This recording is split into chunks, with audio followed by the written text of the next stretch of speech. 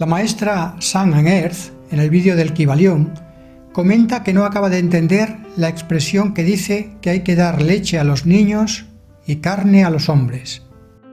Eso hace referencia a que a cada persona le tenemos que entregar un conocimiento en función de su grado de actualización del ser. Por ejemplo, a una persona muy materialista que no cree en el espíritu, no le vamos a entregar un conocimiento metafísico, ya que no le serviría de nada. Es decir, a cada uno le damos el conocimiento que pueda asimilar.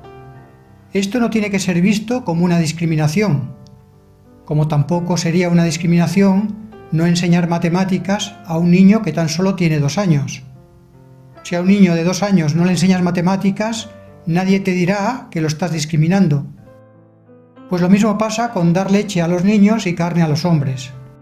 Eso lo hacían los grandes filósofos de la antigüedad. ¿Os acordáis de un vídeo anterior cuando hablamos de los grandes maestros que tenían sus alumnos exotéricos y sus alumnos esotéricos? Esos grandes maestros lo que hacían era lo siguiente.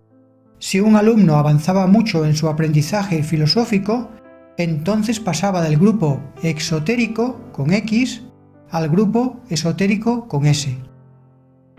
Claro que hoy en día esto está visto como una discriminación, pero desde el punto de vista iniciático no es una discriminación.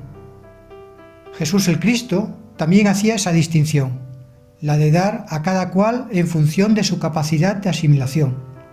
Por eso hablaba utilizando metáforas, por eso decía: no le deis lo santo a los perros, ni echéis vuestras perlas a los cerdos.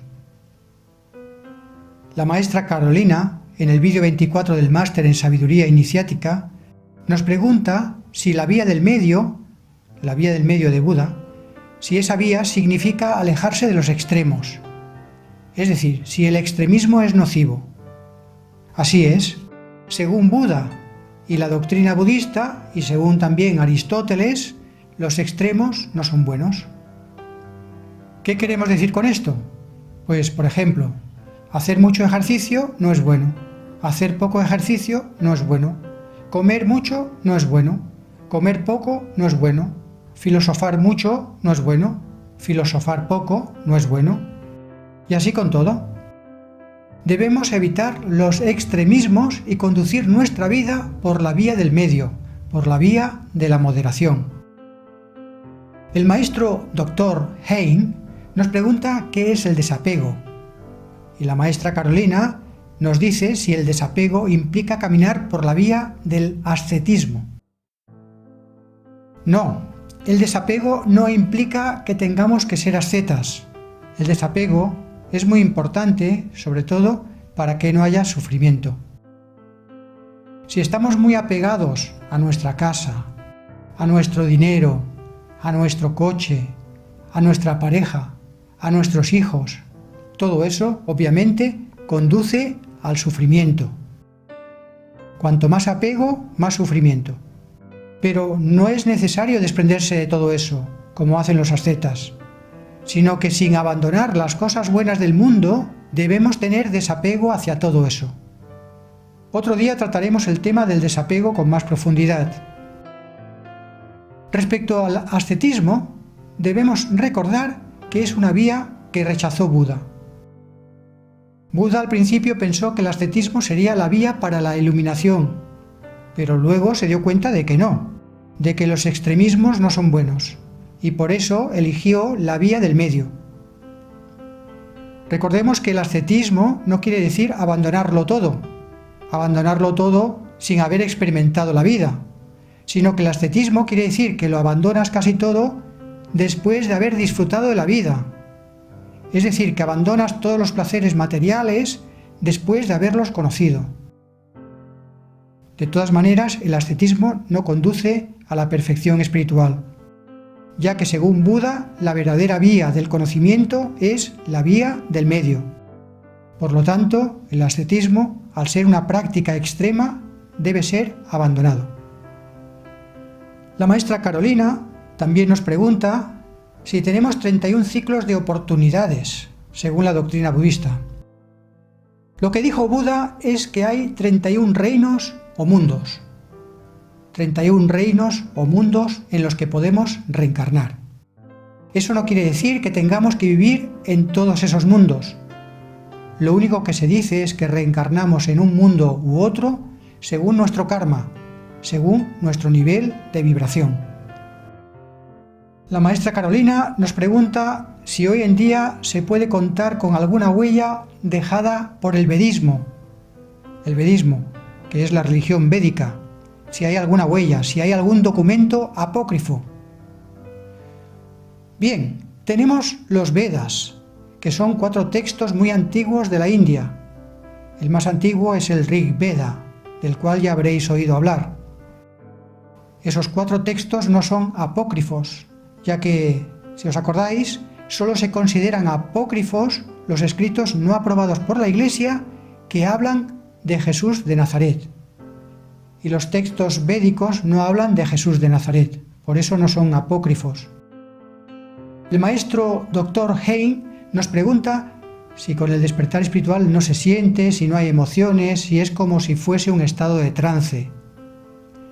Sí, en efecto, el estado búdico es un estado de trance, pero, ojo, es un estado de trance superior, un estado que denominamos éxtasis místico, ya que hay estados de trance menores como los de las sesiones de hipnosis, los de las sesiones espiritistas, y luego también tenemos los estados de trance de los chamanes. Pero en realidad sabemos muy poco sobre los estados de trance y mucho menos sabemos sobre el estado búdico. Cuando hablamos del estado búdico nos referimos a una iluminación búdica completa, es decir, a una actualización del ser del 100%. En realidad, cuando se produce el estado búdico, ya no necesitamos el cuerpo y tampoco necesitamos seguir viviendo aquí en la Tierra. Por lo tanto, el estado búdico permanente es incompatible con la encarnación física en este mundo. Lo más difícil en esta vida no es alcanzar el estado de Buda, sino que lo más difícil sería, una vez alcanzado el estado de Buda, seguir permaneciendo en ese estado mientras estamos encarnados en este planeta. Lo que sí se puede producir, sin tanta dificultad, son los estados búdicos transitorios. Una cosa es alcanzar un estado búdico de iluminación, de éxtasis místico, y otra cosa es mantener ese estado en nuestra sociedad, mientras nos relacionamos con los demás. Ahí radica la dificultad de mantener el estado búdico en una sociedad como la nuestra, ya que una mala compañía puede hacer que desactualices el ser.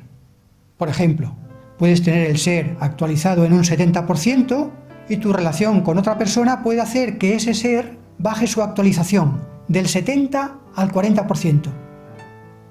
Y como ya sabéis, cuanto menos actualizado está el ser, hay más ignorancia y más sufrimiento.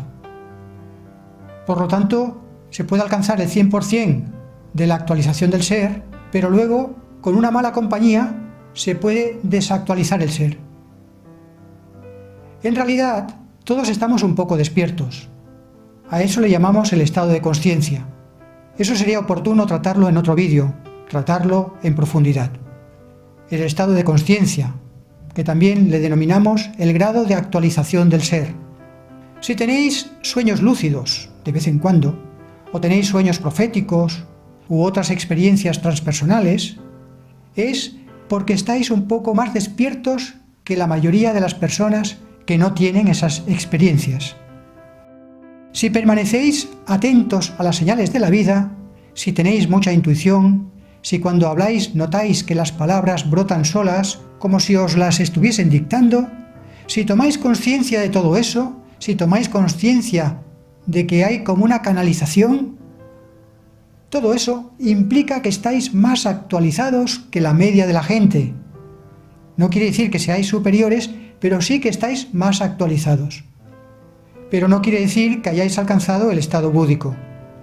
Si una persona tiene un corazón muy puro, si está muy avanzada espiritualmente, entonces puede tener algunas experiencias místicas, tales como levitar, o caminar bajo la lluvia sin mojarse, o ver en la oscuridad, o recibir información telepáticamente. Pero aunque se lleguen a tener esas experiencias, eso no quiere decir que eso sea para siempre. Mucha gente piensa que si uno despierta, que si uno alcanza el estado búdico, ese despertar es para siempre. Lo que es para siempre es el recuerdo, pero no el estado de despertar, ya que mientras estamos encarnados aquí en la Tierra, estamos sometidos a una serie de leyes, como las que habéis visto en el vídeo del Kybalión, la ley de la polaridad, la del ritmo, de manera que no hay nada que sea permanente. El cuerpo no es permanente, la mente no es permanente, y por lo tanto los estados de conciencia tampoco son permanentes, al menos en este mundo. Todo está cambiando continuamente. Lo que sí es cierto es que con el adiestramiento adecuado, o bien de manera fortuita, podemos sintonizar con las energías que sostienen el universo, por decirlo de alguna manera, y si así lo hacemos, podemos contemplar el bello amanecer de la dimensión interna. Y cuando eso sucede, podemos sentir que lo sabemos todo. Podemos experimentar la dicha absoluta, la máxima felicidad. No hay palabras para describir esto. Pero eso no quiere decir que estemos iluminados, ni tampoco quiere decir que esa visión sea para siempre. Lo que está claro es que el ser humano, mientras está encarnado, solo puede experimentar pequeños despertares. Esos pequeños despertares son regalos del espíritu, de lo que todavía está por venir. El maestro Dr. Heim nos pregunta cuántas veces repetimos la encarnación en la Tierra. En realidad, nadie sabe nada. Hay maestros que dicen que reencarnamos 700 veces. Otros dicen 777. Otros hablan de 108 reencarnaciones, que dicen que son las reencarnaciones de Buda. Otros dicen que estamos reencarnando sin cesar durante grandes ciclos cósmicos de más de 25.000 años. Es decir, hay muchos puntos de vista. Los que creen que reencarnamos 108 veces dicen que si al final de las 108 reencarnaciones no evolucionamos, entonces nos toca involucionar, ir hacia abajo, como habéis visto en otros vídeos. Es decir, nos toca reencarnar como animales o vegetales. Hablo de reencarnar para que lo entienda todo el mundo, pero ya sabéis que el concepto apropiado es metempsicosis. En fin, que no podemos saber cuántas veces repetiremos el viaje aquí a la Tierra, ni podemos saber qué reinos visitaremos. Donde hay más consenso entre los maestros es en el hecho de que el ser, antes de reencarnar en la Tierra, decide qué es lo que quiere aprender. El ser, desencarnado, escribe el guión de su vida, de forma que puede elegir tener unas experiencias muy tranquilas o muy traumáticas.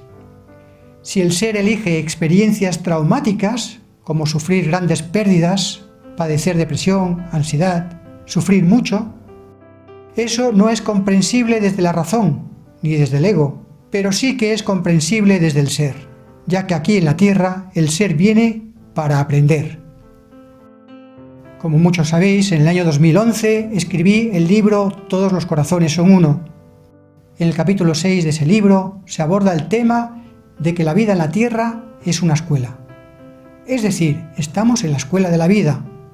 En el libro se explica que venimos aquí para aprender y que debemos saber que nada de lo que nos acontece es azaroso, que en realidad todo tiene un porqué.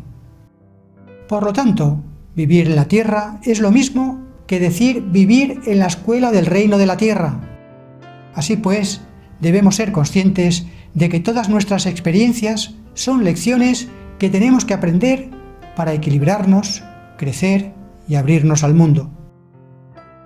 Si nos movemos en los extremos, es decir, si trabajamos mucho o si trabajamos poco, si dormimos mucho o si dormimos poco, o si socializamos mucho o si socializamos poco, todo eso son ejemplos de extremos.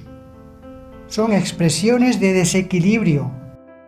Y cuando hay un desequilibrio, suceden cosas, recibimos mensajes para que volvamos al equilibrio, a la vía del medio. Todo cuanto nos sucede sea placentero o doloroso, oculta mensajes que tenemos que descifrar. Gracias a la evidencia de los hechos, podemos asegurar que los diversos acontecimientos de la vida llevan implícitos mensajes codificados que nos dicen cosas como: tranquilízate, tómatelo con calma, no tengas prisa, descansa, duerme más, sé paciente, sé más comprensivo, sé más decidido, actúa, renuncia a ese trabajo, haz lo que te gusta, no abuses de eso, sé equilibrado, aliméntate mejor, haz ejercicio, bebe más agua, no te encierres en ti mismo, ayuda a los demás, relaciónate más, no vayas por ese camino. Continuamente estamos recibiendo mensajes. Otra cosa es que los escuchemos. Si somos conscientes de esos mensajes y actuamos en consecuencia, entonces recobraremos nuestro equilibrio y habremos aprendido lo que teníamos que aprender. Pero si no somos conscientes de esos mensajes, o si aún siendo conscientes los ignoramos, entonces la vida se nos presentará difícil, se nos presentará en forma de crisis. Crisis es una palabra que viene del griego y significa, entre otras cosas, separación, escisión. Por lo tanto, si no nos sentimos unidos al mundo, integrados, entonces viviremos una crisis. Y eso pasa cuando no escuchamos los mensajes para reequilibrarnos. Cuando continuamos en el desequilibrio, entonces acabamos viviendo una crisis. Una cosa muy importante que tenemos que saber es que generalmente las situaciones más difíciles y las personas que nos alteran más llevan consigo las enseñanzas más reveladoras. Así que si alguien os hace la vida imposible, dadle las gracias, ya que no es un enemigo, sino que desde el punto de vista de la sabiduría antigua es un benefactor. Es alguien que os está estimulando a crecer. Preguntaos cada uno de vosotros, de vosotras, ¿qué circunstancias en mi vida son las más conflictivas? ¿Qué personas son las que me crean más problemas? ¿Cómo estoy respondiendo a esas lecciones de la vida? Si ante las situaciones más conflictivas respondéis con rabia o frustración, entonces no estáis aprendiendo las lecciones de la vida. Si queremos vivir felices y en paz, debemos aprobar las lecciones de la vida. Para ello, debemos tener en cuenta que toda experiencia desagradable lleva oculto un regalo que recibiremos si afrontamos dicha situación con una actitud pacífica, teniendo pensamientos nobles y sentimientos bellos. Recordad, todo mal lleva oculto un bien que únicamente está disponible para aquellos que son de corazón puro.